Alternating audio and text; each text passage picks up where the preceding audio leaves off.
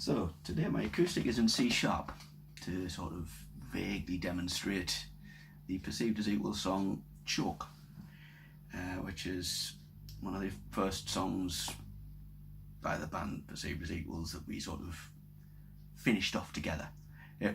When I came in it was pretty much there anyway. All I had to do was play something on the bass over the top of what Scott and Craig were doing on the guitars. So with Scott already playing what was a pretty good bass line anyway, something along the lines, although probably not exactly, of this.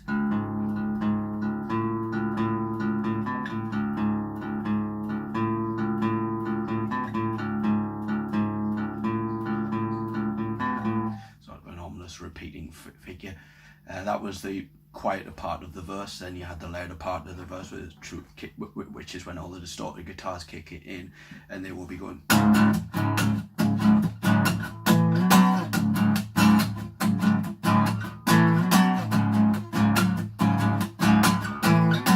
So that would kick off for a while, and then you'd get into the actual chorus itself, which was the part that went.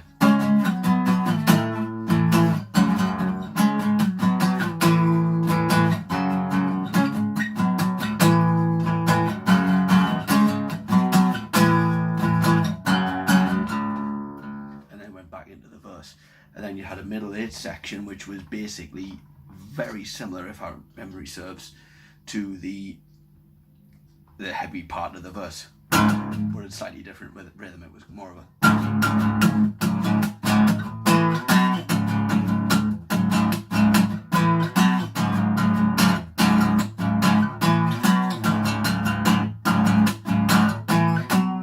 so that was effectively the stripped back acoustic, much more basic version of all of the main guitar rhythm riffs. Couldn't possibly play what Craig was playing. I don't have enough frets on my acoustic. He was playing some weird bleepy noises right up the neck somewhere, which were nothing like that. My bass is in standard tuning, so I'm playing the bass part in a slightly different area, but I thought the bass line's being played by the rhythm guitar. It's kind of both in one, so I'll just add some colour over the top, a bit of texture, a bit of something to keep things from getting stale, which they wouldn't have anyway, but I thought that this is what I'll do. So we came up with, I came up with my little main riff and a way of getting into it.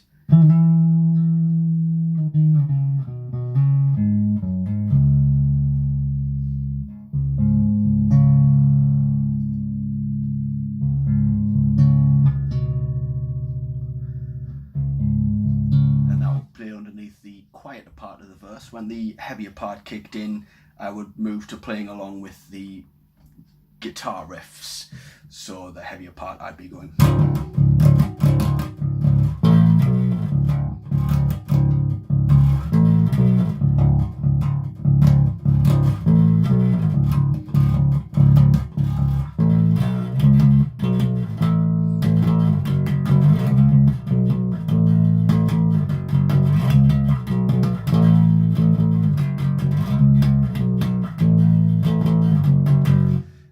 Throughout the rest of the song.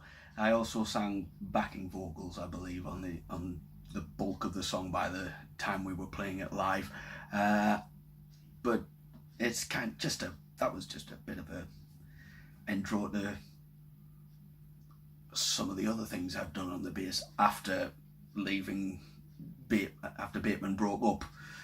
Obviously a new band, I came up with new ideas to play on the bass and new approaches, because I was wanting to get away from the